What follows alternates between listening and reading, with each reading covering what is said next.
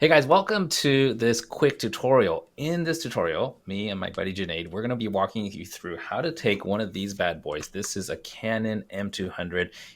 The great thing about this is that it has a beautiful image if you have the right optics on it. But more importantly, this is the exact camera that we're using as our webcam. So if you look at this video image or look especially at Junaid's, you're going to see that what's great is the eyes and the face the features are very, very clear and sharp, but the background is beautifully blurred.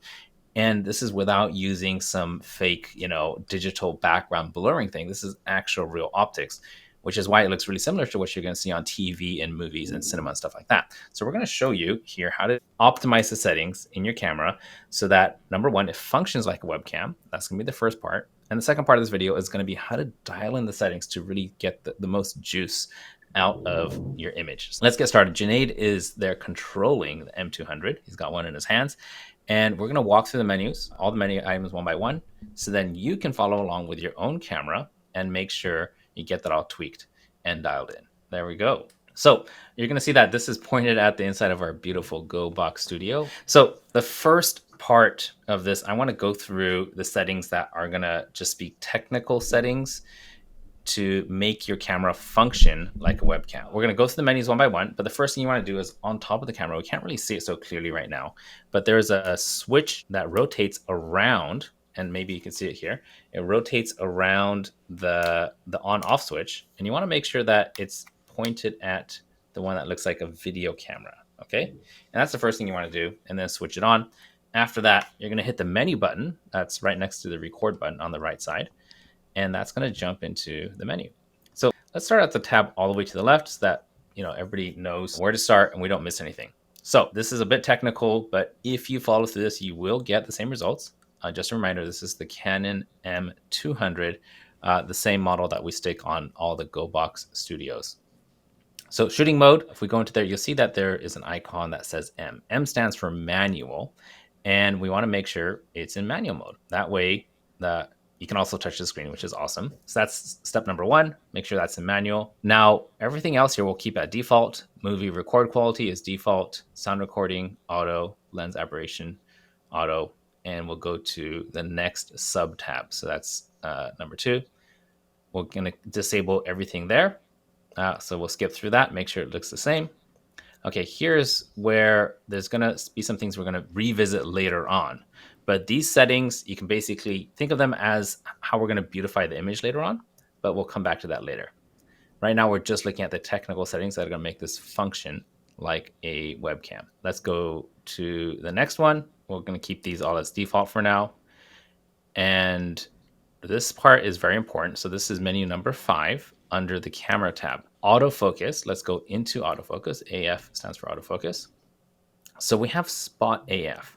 Now, what I usually do here is we go to the one all the way to the left where it detects your face. So it's going to look for a face. And then if you move around, it's going to keep focusing on your face. Now, sometimes people have issues with this. If, for example, you're in a busy place and there's people walking around behind you, then the camera might start tracking someone else instead of you. But if you're in a situation where you're at home and you have a controlled environment and you don't have people walking behind you, or you don't have a poster of someone's face behind you, which would be kind of awkward, those are the exceptions. Otherwise, this is the best one in 90% of cases. So let's click OK here for the autofocus mode. Eye detection, autofocus, let's make sure that's enabled. And what's going to happen is that the most ideal focal point is the eye that is closer to the camera. So if someone's head is tilted a little bit left or right, it'll look for the eye that's closer to the camera, and that's what you want. Movie servo autofocus, you want to make sure that's enabled. And focus mode autofocus, that's fine. I'm kind of surprised they put it down toward the bottom. That should have been the top one. The other one, MF, stands for manual focus. And the bottom one, HDMI info display. Oh, so I want to keep that on autofocus there. Let's go into here. So here we have 2 different settings.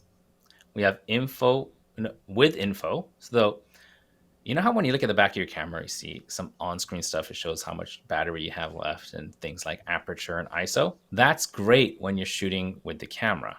But when everything on the screen shows up on your computer, you want to hide all that stuff. So that's what clean means. It means there's nothing displayed on the HDMI feed. Now, there's two settings here, 4K output and full HD output. That's what FHD stands for. I think 4K, we automatically think, oh, we want the very best quality. And yes, we do. But there's a couple of downsides to this. If we have it running for too long, let's say you're doing a 1 or 2 hour webinar or you're in meetings all day, then it could potentially overheat. And to tell you the truth, if you're on Zoom, the maximum output they're going to see is 720p. So you don't have to worry about a thing. I recommend full HD because the risk of it overheating is diminished. Also, your file sizes are going to be way more manageable. And if you're doing stuff online using it as a webcam, they literally cannot tell the difference. Not even an expert can tell, except that your camera might shut off in the middle of your feed. So let's go to full HD.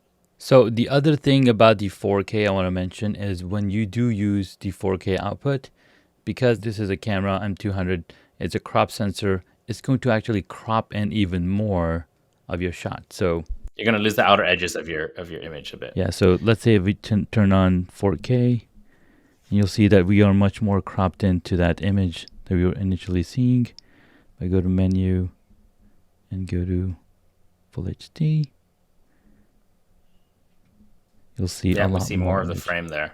Mm-hmm. And one more side effect I found is because 4K literally will take 4 times more processing power. That means CPU cycles. Yeah. It sacrifices a couple things. That's one of the things. Is it scans less of the sensor. The other thing that happens is face detect doesn't work nearly as well, and I've had it take longer to find my face when we're doing autofocus. Now, one way to get around this is just to sit still and switch to manual focus. So it's not impossible to use, but I think in most cases, our customers who buy the Goboxstudio just want an easy solution that just works. So if that's what you're looking for, look for FHD. If you want every single pixel and you want to edit this for a really big screen, then 4K is available to you too. But our recommendation is start with full HD. Let's go to the next menu. All right, lens electronic manual focus on. We're going to keep that there. It says, actually, what is this setting, Junaid? Yeah, so this is basically when you're taking a photo with the camera, and since we're not doing any of that, we're just using it as a capture device. I don't think this makes so this setting really is not relevant for people who are using it as a webcam, right? That's correct. Okay, let's go to the next one then. Manual focus peaking settings. If you're not doing manual focus, this doesn't matter. But what it means is that it's going to show some yellow or red or whatever color you want dots on the sharpest part of the image. And it helps if you don't have autofocus, but this is not necessary. And I think the rest of these settings, this is only relevant for photography. So let's just kind of glaze over these.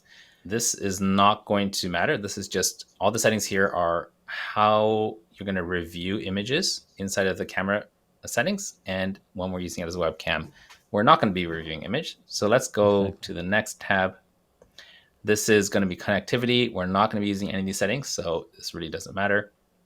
And this here is where we do have things we're going to change, okay? Under the settings menu where you see that little wrench icon, none of these settings are going to matter to us under step 1. Let's check out step 2. Here's where we have a lot going on. On the top, eco mode.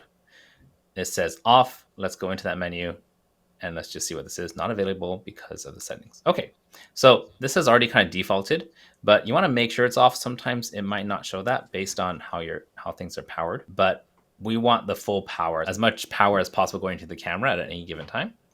Let's go into power saving mode. Power saving is pretty much just telling the camera when to shut off, because sometimes when you leave the switch on, and you walk away from your camera, then you could drain your whole battery, right? So this is to help you do that. But the way we set up the Goboxstudio is it's always plugged in, so you don't even have a battery in there. So display off, let's go into that. And right now it's set at 3 minutes. Let's set this to 10 minutes maximum, or 30 minutes. There we go. Now, to tell you the truth, I usually have mine shut off after 1 minute because I just need it at the beginning to make sure I'm framed properly.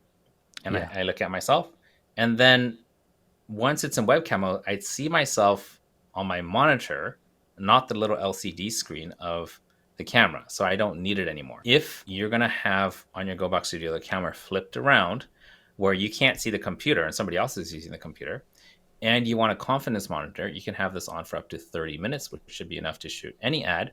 If it's a long-term webcam and you have somebody else controlling the camera, just have them have a little timer, and every 30 minutes you just got to tap that little shutter button for, they half push it for, I'd say I would put the timer at 25 minutes, and that'll bring the monitor back on. So this is a personal preference thing. I prefer to keep it on for as long as possible. All right, so auto power off, we're disabling. Now this is very important. By default, it's enabled so that you don't accidentally drain your whole battery by forgetting to turn your camera off. But you want to make sure it's disabled because you don't want your camera shutting off in the middle of a stream. All right, let's go to the next one. Now the cool part is we don't see the color that cleanly through this video, but when I'm looking at the camera, it's actually not accessible because we're already running the camera off of the dummy battery. That's right. Plus we have the HDMI info display turned on.